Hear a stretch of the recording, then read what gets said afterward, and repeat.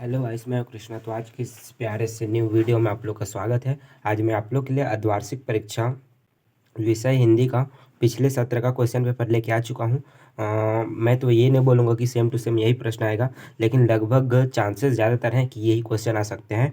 तो आप लोग वीडियो में शुरू से लेकर लास्ट तक बने रहिएगा बिना स्किप किए हुए। तो चले मैं आज की इस वीडियो को शुरू करता हूँ बिना देरी किए हुए।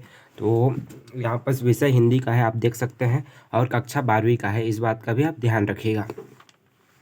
तो यहाँ पर निर्देश आप लोग पढ़ सकते हैं, क्या क्या दिया है, कैसा प्रश्न है, क्या हल करना है, कौन सा कितने नंबर का है, क्या है। तो ये आप लोग पढ़ लिए होंगे। तो चलिए मैं आप क्वेश्चन की ओर लेके चलता हूँ। और इससे पहले बता दूँ, आप लोग का पूर्णांक है 80 अंक का, आप इस बात का ध्यान रखेगा। 80 बोले तो 80। तो खंडका की ओर चले तो यहाँ पर खंडका में दिया है, अधोलिखित अपठित गद्यांश को ध्यानपूर्वक पढ़कर इन पर आधारित प्रश्नों के उत्तर लिखिए। तो यहाँ पर गद्यांश को आप लोग पढ़िएगा। आप लोग को मैं इसका आंसर नहीं दिला पाऊंगा क्योंकि वीडियो बहुत ही ज़्यादा लंबा हो जाएगा। तो आप लोग परीक्षा बोर्ड से आंसर खोज लीजिएगा और परीक्षा बोर्ड में ईजिली इसका आंसर मिल जाएगा। तो यहाँ पर इसका गद्यांश को आप लोग देखिए। गद्यांश थोड़ा बड़ा ही है। गद्यांश पढ़ने के बाद इसके क्वेश्चन मैं आप लोग को दिखा रहा हूँ। पहला क्वेश्चन आ गया है 2 नंबर का, हिंदी के समायोजन शक्ति से लेखक का क्या अभिप्राय है। 2 नंबर का क्वेश्चन है। दूसरा प्रश्न है, हिंदी भाषा के संदर्भ में शुद्धतावादी होने का क्या अभिप्राय है। ये भी 2 नंबर का क्वेश्चन है। और प्रश्न तीसरा है, हिंदी के सबसे संवाद स्थापित करने का अवसर कैसे मिला है। 2 नंबर का क्वेश्चन है। चौथा नंबर दिया है, सबके साथ कदम मिलाकर चलने के लिए क्या आवश्यक है। ये 2 नंबर का क्वेश्चन है। पाँचवा में दिया है, समायोजन और सहजता शब्दों में से उपसर्ग और प्रत्यय अलग करके लिखिए। समायोजन और सहजता में समायोजन का उपसर्ग हो जाएगा समाधन योजन, जिसमें समा उपसर्ग हो जाएगा और प्रत्यय योजन। और सहजता में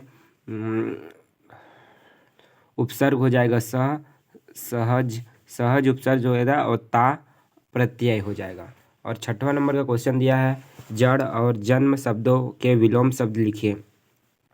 जड़ का पत्ता हो जाएगा और जन्म का मृत्यु हो जाएगा। 1-1 नंबर के क्वेश्चन है। और गद्यांश को उपयुक्त शीर्षक लिखना है। तो इसको पढ़ना है गद्यांश को और इसका उचित शीर्षक बताना है। प्रश्न दूसरा है, अधोलिखित अपठित काव्यांश को ध्यानपूर्वक पढ़कर इन पर आधारित प्रश्नों के उत्तर लिखिए। तो इसका कविता काव्यांश का लाइन है, वह तोड़ती पत्थर देखा उसे मैंने इलाहाबाद के पथ पर, वह तोड़ती पत्थर कोई न छायादार पेड़, वह जिसके तले बैठी हुई स्वीकार, श्याम तन भर बंधा एवं नयन प्रीत करमत, मन गुरु हथौड़ा हाथ करती बार बार प्रहार, आमने तरु मलिका अट्टलिका का प्रकार। इसका पहला क्वेश्चन है, वह तोड़ती पत्थर में कवि का किसका वर्णन कर रहा है। और दूसरा है, कोई न छायादार पेड़ से कवि का क्या मतलब है। और तीसरा दिया है, उस स्त्री का कार्य शैली कैसी है। और चौथा दिया है, सामने तरु मल्लिका अट्टालिका प्रकार से क्या आशय है। और खंड ख की ओर चले तो यहाँ पर खंड क के प्रश्न 3 में दिया हुआ है, निम्नलिखित में से किसी एक पर लगभग 200 शब्दों में निबंध लिखिए। वैश्विक महामारी कोरोना वायरस, ऑनलाइन शिक्षा वर्तमान परिप्रेक्ष्य में। और स नंबर में दिया है पर्यावरण प्रदूषण। और द में दिया है जहाँ चाह वहाँ राह। और ये 5 नंबर का क्वेश्चन है, इस बात का आप 100% ध्यान दीजिएगा।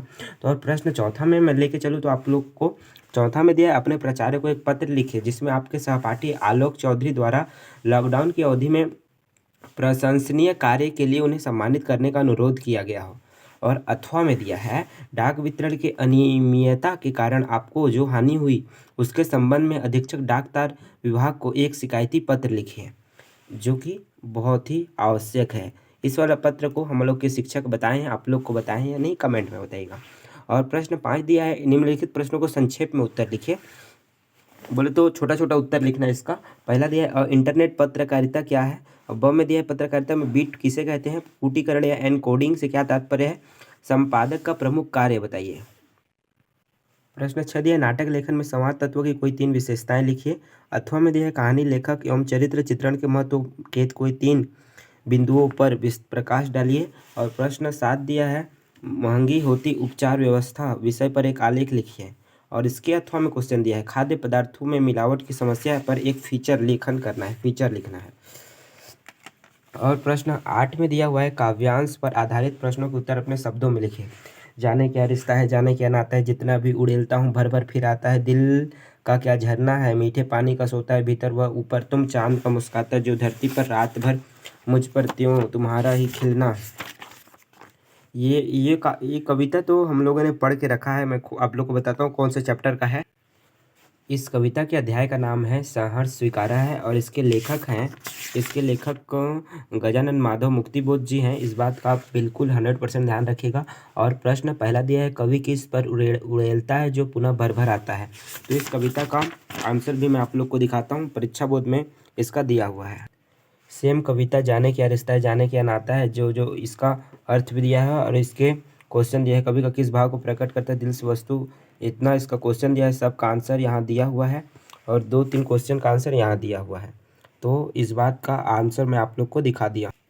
और प्रश्न 9 में निम्नलिखित काव्यांश को पढ़कर पूछे गए प्रश्नों के उत्तर दीजिए। तुलसी सरनाम गुलायु गुलामू है, राम को जाके रुचो कहे सो कछु हो, मांगी खैबी मरी मसीत सोईबू लोको एको न देबो दो। अनुप्रास अलंकार के 2 उदाहरण चुनकर लिखे। काव्यास की भाषिक सौंदर्य पर टिप्पणी। प्रश्न 10 दिए, उषा कविता के किन उपमानों को देखकर यह कहा जा सकता है कि उषा कविता गांव की सुबह की गतिशील शब्द चित्र है। और 3 नंबर का क्वेश्चन है, और खम दिया है, पतंग के माध्यम से कवि ने किस प्रकार को मनोविज्ञान का चित्रण किया है। और ग में 11 नंबर का क्वेश्चन दिया, निम्नलिखित गद्यांश को पढ़कर पूछे गए प्रश्नों के उत्तर दीजिए। उस पर जादू का जकड़ से बचने की एक सीधा सा उपाय है, वह बाजार जाओ तो खाली मन न हो, मन खाली हो तब बाजार न जाओ। ये सब बाजार दर्शन चैप्टर से है, इसको आप लोग पढ़े ही होंगे बहुत अच्छे से। और इसका क्वेश्चन आंसर देना है। फणीश्वर नाथ रेणु किसी एक उपन्यास का नाम लिखे। फणीश्वर नाथ रेणु जो कवि हम लोग का मेरे चैप्टर है, उसके एक उपन्यास का नाम लिखना है। जीजी इंदर सेना पर पानी फेंके जाने का किस तरह सही ठहराया, और कहानी के किस मोड़ पर लुटन सिंह जीवन का क्या क्या परिवर्तन है। तरुणों के लिए भविष्य उज्ज्वल, वैसी वृद्धों के लिए अतीत, लेखक ऐसा कहने के पीछे क्या आशय है, समझा कर लिखे। यशोधर बाबू की पत्नी समय के साथ ढल सकने में सफल होती है, लेकिन यशोधर बाबू सफल होते हैं ऐसा क्यों, कोई 4 कारण लिखे हैं। और इसके 8वां क्वेश्चन दिया, यशोधर बाबू के विचार पूरी तरह पुराने और सहानुभूति के पात्र नहीं है, हम इस कथन का समर्थन अपने विचार में लिखें। और प्रश्न 14, स्वयं कविता रच लेने का आत्मविश्वास लेखक के मन में कैसे पैदा हुआ, जूझ कहानी के आधार पर लिखिए। और 8वां क्वेश्चन दिया, पुरातत्व के किन चिन्हों के आधार पर आप यह कह सकते हैं कि सिंधु सभ्यता ताकत की शासित होने की अपेक्षा समझ की अनुशासित सभ्यता थी, कोई 4 कारण लिखिए। जूझ कहानी आधुनिक किशोर किशोरियों के जीवन मूल्य को प्रेरणा दे सकती है, अथवा टूटे फूटे खंडहर सभ्यता संस्कृति इतिहास के साथ साथ धड़कती है जिनकी अनछुए समयों के दस्तावेज होते हैं। इन कथन का भाव स्पष्ट कीजिए।